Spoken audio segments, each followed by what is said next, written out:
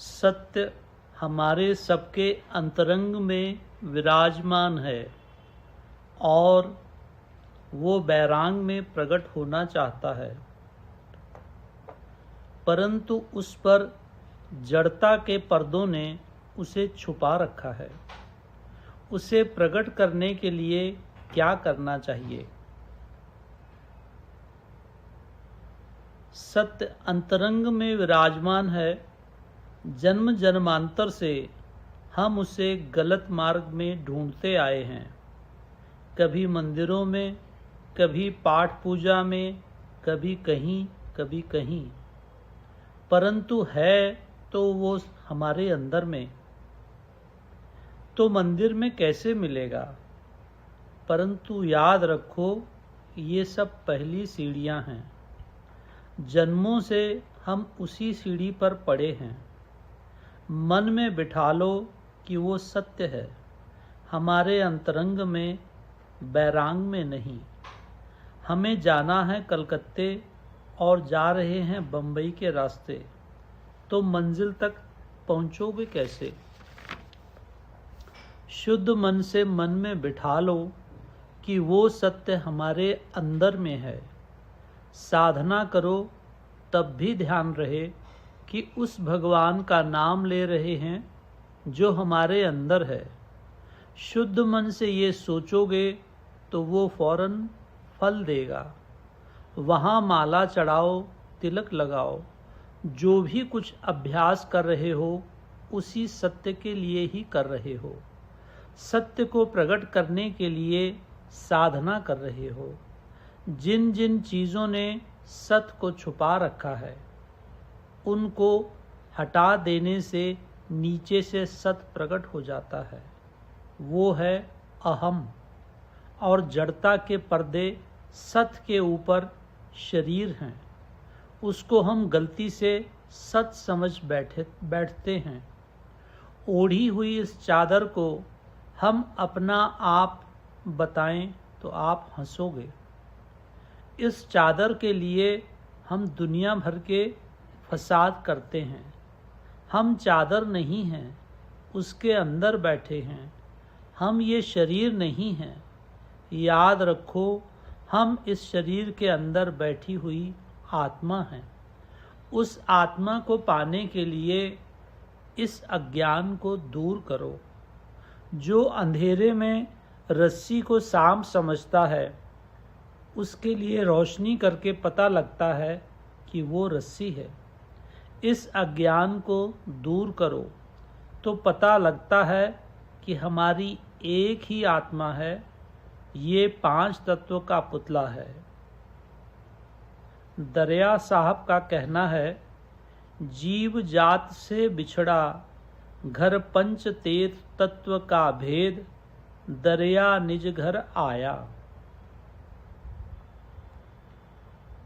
Doctor अपने मरीज का मर्ज दूर करने के लिए 2-3 किस्म की दवाई देता है कि कोई ना कोई से तो ठीक होगा ही, और उसके साथ में उसका परहेज भी बताता है।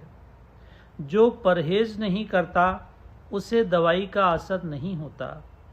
उसी प्रकार भगवान को पाने के लिए साधना रूपी औषधि लेकर वासना रूपी परहेज करना चाहिए। मालिक बनकर कभी नहीं रहना चाहिए।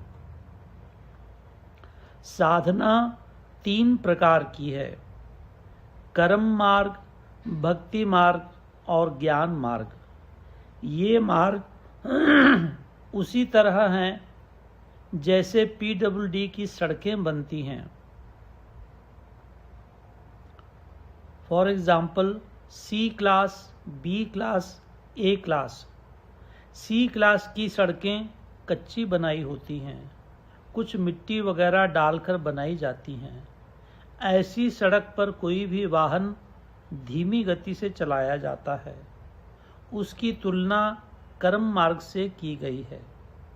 जो B क्लास की सड़क है, उसमें मुरम वगैरह डालकर कुछ अच्छी हालत में बनाई जाती है, जिस पे वाहन कुछ ज़्यादा तेज़ी से चल सकते हैं। इसकी तुलना भक्ति मार्ग से की गई है।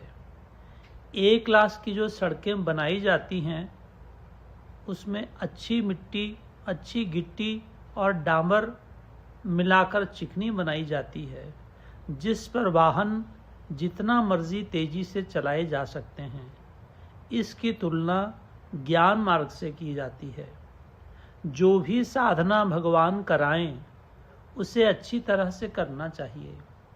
कर्म मार्ग का भक्ति मार्ग के साथ संबंध रहता है, वैसे ही भक्ति मार्ग का ज्ञान मार्ग से रहता है। ज्ञान मार्ग की साधना करने वाले व्यक्ति को भक्ति मार्ग व कर्म मार्ग का बिल्कुल ही त्याग नहीं करना चाहिए। हमें किस तरह रहना चाहिए?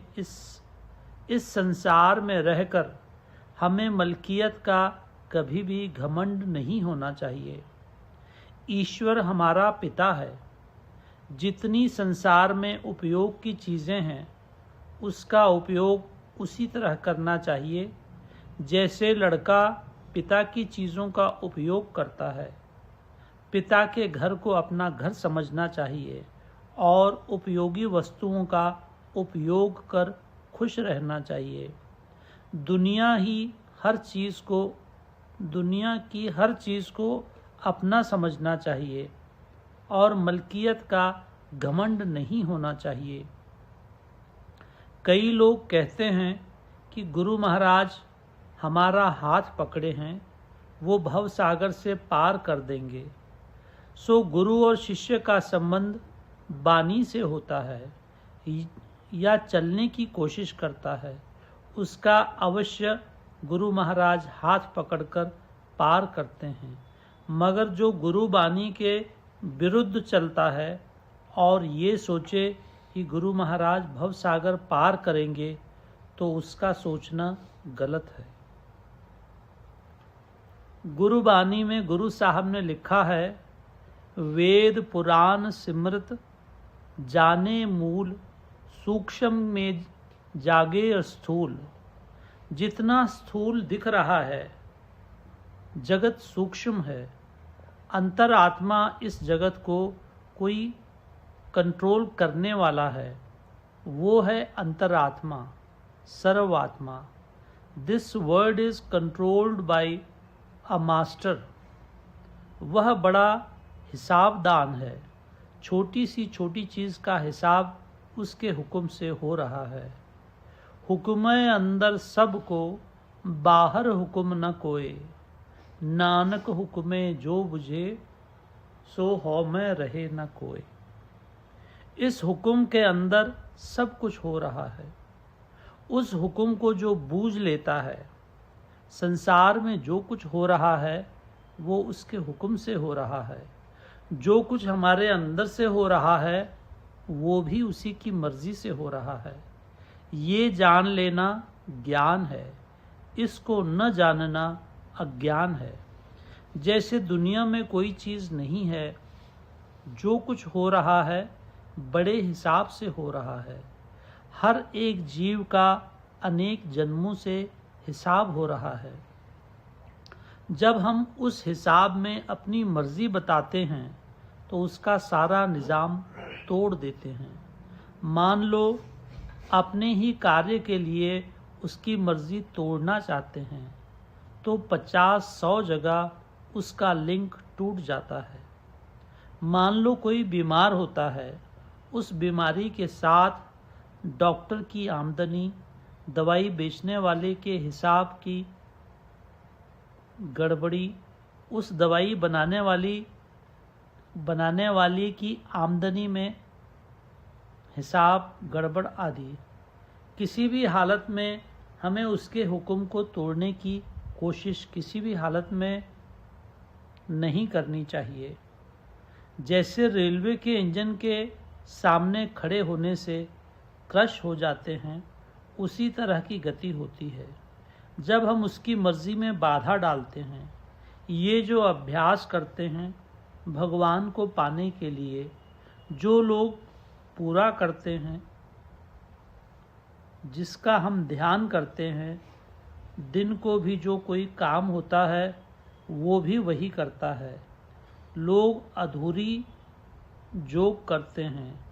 दिन को जो वासना खड़ी करते हो तो वो अधूरा योग हो जाता है। वही शक्ति सारा दिन कार्य करती है। जब तक ये मन में बात नहीं बैठ जाएगी, जब तक ये मन एकाग्र नहीं होगा, तब तक काम नहीं बनेगा। इसीलिए पूर्ण योग करो। ब्रह्म सत्य है, जगत मिथ्या है। हमारा अधूरा योग होगा। सूक्ष्म में जाने स्थूल। बाहर जो कुछ हो रहा है उसको अंदर से आत्मा कंट्रोल कर रही है। उसके हुक्म से ही पत्ता तक हिल रहा है। इसको जान लेना ज्ञान है। अधूरा योग कभी नहीं करना चाहिए। जो लोग वासना के भरे हुए माया में घिरे हुए रहते हैं, वे लोग ये योग करें। दूसरा जो कुछ इस संसार में है उस पर हमारा पूरा अधिकार है। जिस समय मलकियत जमाने का सोचते हैं तो काम बिगड़ जाता है। संसार की चीज़ों को अपना समझो। हमारे बाबा की हैं, हमारे बाप की जानकर उसका उपयोग करो। उसके साथ पूर्ण योग करना चाहिए। जो ये समझे मैं ये करता, सदा गर्भ जोनी में पड़ता। जो भावे सो कार करावे, नानक दृष्टि अवर न आवे। दूसरा कुछ सोचने ही नहीं देना।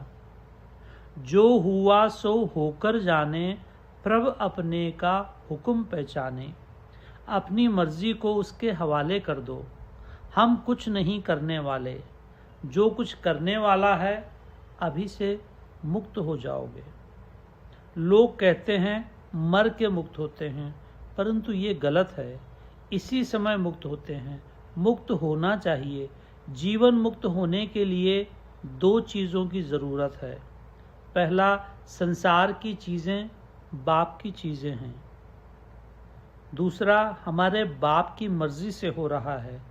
आमी जंत्र तुमी जंत्री। दो चीज़ों को मन में बिठा लो। इसी जीवन में मुक्त हो जाओगे। ये दो चीज़ें करोगे तो ये संसार ही स्वर्ग बन जाएगा। ये चीज़ें होने पर वृत्ति अंतरंग में हो जाती है।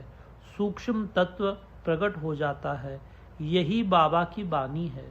जो भी चलेगा उसका कल्याण होने वाला है। गुरु महाराज की बानी पर चलो। गुरुमुख नादन गुरुमुख वेदन, गुरुमुख रयो समाई। आपके कल्याण के लिए बोल रहे हैं।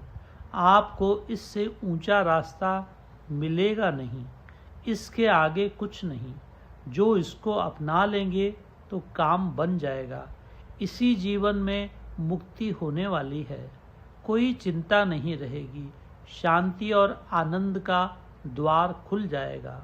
ध्यान करेंगे, उस पर विचार शक्ति लगाएंगे तो अधिक लाभ होता है। संकीर्तन का प्रचार करने के लिए महाप्रभु चैतन्य देव जी ने अवतार लिया था, जिसको बंगाल में कर लेते थे। कोई भी साधना करो, ध्यान रखो कि जिसके नाम का संकीर्तन कर रहे हैं वो हमारे अंदर है। वो कोई बैकुंठ में बैठा नहीं है। यदि उसका ध्यान करोगे तो बात बनेगी नहीं। इस बात का ध्यान रखोगे तो बात बनेगी। सीताराम क्यों कहते हैं? खाली राम क्यों नहीं कहते? राम ब्रह्म है, सीता माया है। ब्रह्म सागर है, जगत उसकी तरंग है। ब्रह्म खुशी है, जगत उसकी तरंग है। ब्रह्म राग है, जगत उसका सुर है।